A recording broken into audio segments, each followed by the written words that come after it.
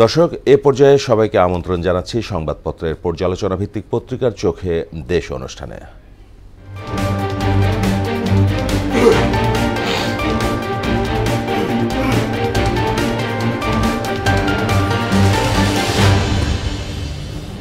দর্শক, আজকের অনুষ্ঠানের অতিথি মোহনা টেলিভিশনের সিনিয়র রিপোর্টার মনিরুল ইসলাম। মনির, পত্রিকা চোখে দেশ অনুষ্ঠানে আপনাকে স্বাগত। ধন্যবাদ। আমরা ফিরবো আপনার কাছে, তার আগে দেখে নিই পত্রিকার শিরোনামগুলো। প্রথমে দেখে নেব বিভিন্ন পত্রিকার শিরোনাম। আমার হাতে রয়েছে দৈনিক প্রথম আলো। তাদের শিরোনাম, বেনজিরের পরিবারের আরও ৮ ফ্ল্যাট, ৭৬ বিঘা জমি। সংকটাপন্ন সোনাদিয়ায় গাছ কেটে আওয়ামী লীগ নেতাদের মাছ চাষ। অনলাইনে শিশু যৌন নিপীড়ন, সবচেয়ে বেশি অভিযোগ গেছে বাংলাদেশ থেকে। এরপর আমার হাতে রয়েছে সমকাল। তাদের শিরোনাম, ওয়াল স্ট্রিট খেয়ে রিয়াজ এখন মতিঝিল পাড়ায়। ৫ প্রশ্নে আটকা ঝিনাইদহ আওয়ামী লীগের সম্পাদক মিন্টু। জেলা জুড়ে একক প্রভাব, সম্পদেও এগিয়ে। এরপরে দৈনিক ইত্তেফাক। তাদের শিরোনাম, তারেক জিয়াসহ পলাতক আসামিদের গ্রেপ্তারের চেষ্টা অব্যাহত আছে। নীতিমালার কারণে উপবৃত্তি বঞ্চিত অনেক শিক্ষার্থী। আসামিদের ছাড়াতে প্রভাবশালীদের চাপ।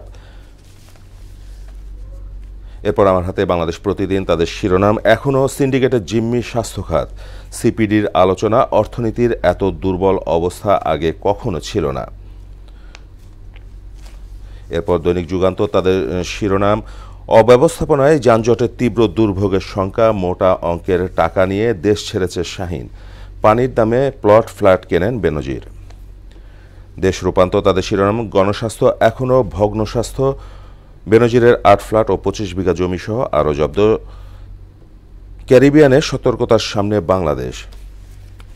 দৈনিক বণিক বার্তায়, কুয়েতের বহুতল ভবনে আগুনে ৪০ ভারতীয় সহ নিহত ৪৯। The daily star. তাদের শিরোনাম রয়েছে, traffic jam mars it journey north. It's humiliating to stand in an iron cage dock. আমরা দৈনিক পত্রিকাগুলোর শিরোনাম দেখলাম। এর মধ্যে প্রথম আলোর শিরোনাম আছে বেনজির পরিবার নিয়ে। বেনজিরের যত দিন যাচ্ছে, বেনজিরের দেখা যাচ্ছে যে সম্পদের পরিমাণ আরও উদ্ধার করতে পারছে, কতটা সে অর্জন করছে। আমার প্রশ্ন হলো যে, এই যে সরকারের শীর্ষ পর্যায়ে যারা থাকেন, তাদের এইভাবে অবৈধ সম্পদ অর্জনটা আপনি কিভাবে দেখছেন?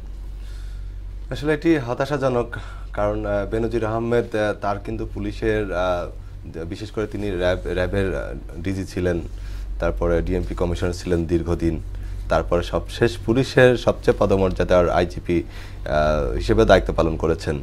সব মিলিয়ে তার কিন্তু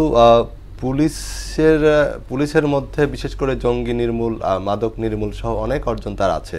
কিন্তু তার মতো গল্প আছে। হ্যাঁ, তার মতো একজন ডাইনামেটিক একটা পুলিশ অফিসারের এমন কর্মকাণ্ড আসলে আমাদের হতাশ করে। তিনি কিন্তু আইকন ছিলেন আমাদের, কিন্তু দেখা যাচ্ছে আস্তে আস্তে তার সব সম্পত্তির খোঁজ, নতুন নতুন সম্পত্তির খোঁজ বাড়ছেই।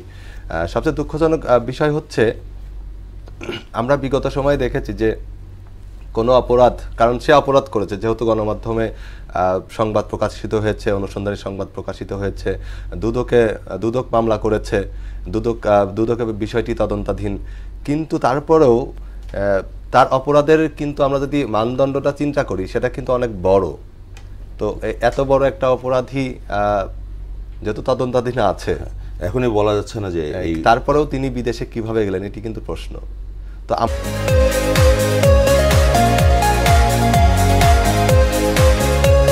আমার মনে হয় এরকম যারা অঢেল সম্পত্তি করেছেন, রাষ্ট্রকে ব্যবহার করে বিভিন্ন ভয়ভীতি দেখিয়ে, কারণ এগুলো কিন্তু গণমাধ্যমে এসেছে, তো এইগুলোকে উৎসাহিত করা হচ্ছে।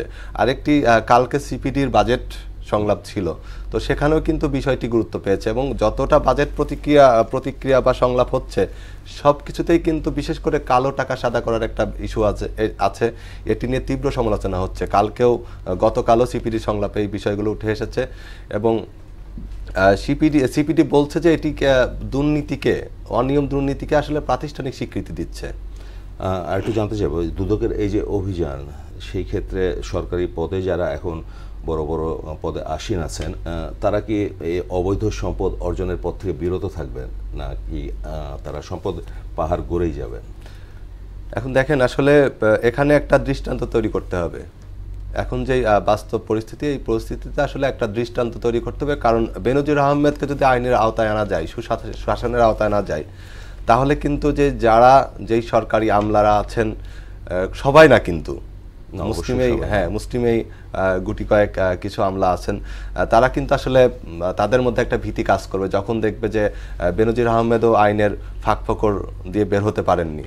তো সেক্ষেত্রে বলাই যায়, কারণ বেনজির আহমেদকে যদি আইনের আওতায় আনা যায়, তাকে যদি শাস্তি দিয়ে দৃষ্টান্ত স্থাপন করা যায়, তাহলে আমার মনে হয় যে এই সরকারি যারা আমলা আছেন শীর্ষ পর্যায়ে, তারা এই প্রবণতা থেকে বিরত থাকবেন কিছুটা। আমাদেরও সেটা প্রত্যাশা, একটা স্বচ্ছ জবাবদিহিতা থাকা উচিত, যাতে করে সবাই সবার জায়গা থেকে সৎ থাকে।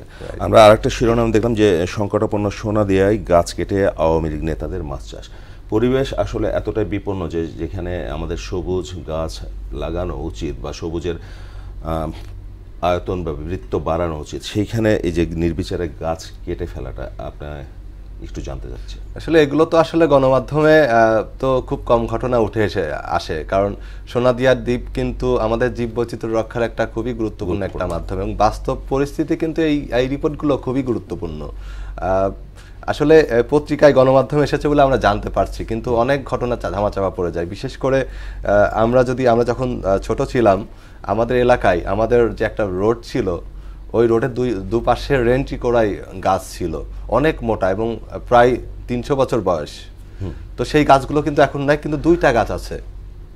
তো সেই গাছগুলো ওই গাছ কাটার পরে ওই জায়গায় কি অন্য কোনো গাছ লাগানো হয়েছে? না, কোনো গাছ লাগানো হয়নি। তো কারণ হচ্ছে পরিবেশ যে আকারে আমরা গত 10 বছরের যদি হিসেব করি, সেক্ষেত্রে কিন্তু এত পরিমাণ গাছের উপর, প্রকৃতির উপর অত্যাচার করা হয়েছে, 2 থেকে 3 ডিগ্রি সেলসিয়াস তাপমাত্রা বেড়ে গেছে। দুঃখজনক। আপনার সাথে আবার অন্য কোনো দিন একই অনুষ্ঠানে দেখা হবে।